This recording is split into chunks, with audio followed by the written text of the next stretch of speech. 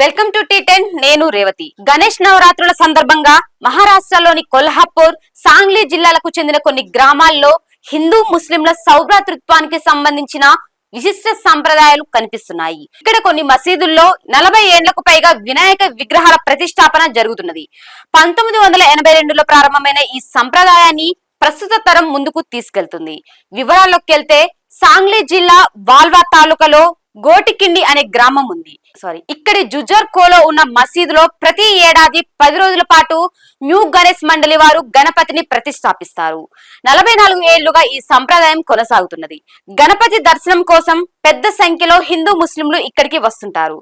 ఈ సంప్రదాయం ఎలా మొదలైందనే దాని వెనుక ఆసక్తికరమైన కథను గోటికిండి గ్రామానికి చెందిన అశోక్ పాటిల్ నమస్తే తెలంగాణకు వివరించారు.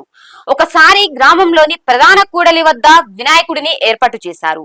ఒక రోజు భారీ వర్షం కురిసింది. మండపం లేకపోవడంతో వర్షానికి వినాయకుడి విగ్రహం తడిచిపోయింది. గ్రామానికి చెందిన ఒక ముస్లిం వ్యక్తి ఆ దృశ్యాన్ని చూశారు. గణేష్ మండలికి చెందిన భక్తులకు ఈ విషయం చెప్పారు.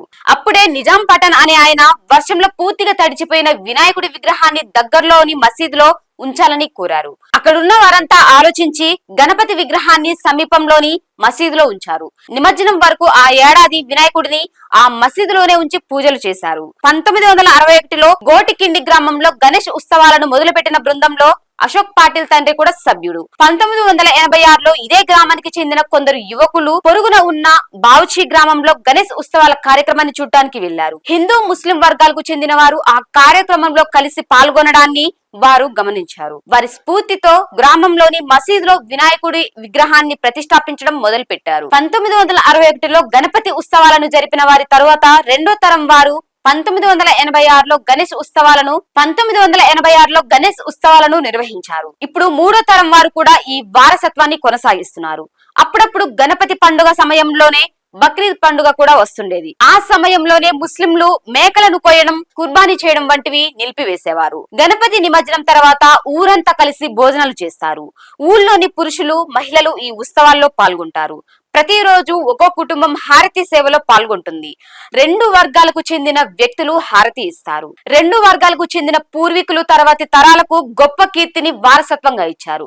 దాన్ని కాపాడుకోవాల్సిన బాధ్యత మాపై ఉంది అని స్థానికుడు గణేష్ తోరాట్ చెప్పారు. కొల్హాపూర్ జిల్లాలోని కురుందువాల్లోని 5 మసీదుల్లో వినాయక మండపాలను ఏర్పాటు చేశారు. గ్రామంలోని కుదెంక బడేనల్ సాహెబ్ మసీదు, డప్నాపూర్ మసీదు, బైరాగ్దర్ మసీదు, సెలే మసీదు, కరకన్యా మసీదులలో వినాయకుడిని పెట్టారు. కురుంద్వాడ్ సంస్థానం కూడా గోట్కిండి తరహాలోనే ఉంటుంది.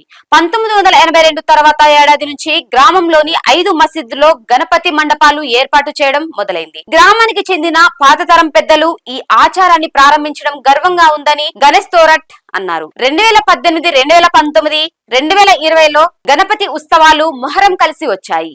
ఈ పండుగలను అక్కడి ప్రజలు కలిసిమెలిసి జరుపుకున్నారు. ఆ సమయంలో వినాయకుని మోదకాలు, పీరీలో పంచే చోంగ్య ప్రసాదం 2 కలిపి ప్రజలకు పంపిణీ చేసినట్టు జమీర్ పఠాన్ చెప్పారు. ఇది ఇవాల్టి న్యూస్. చూస్తూనే ఉండండి టీ10.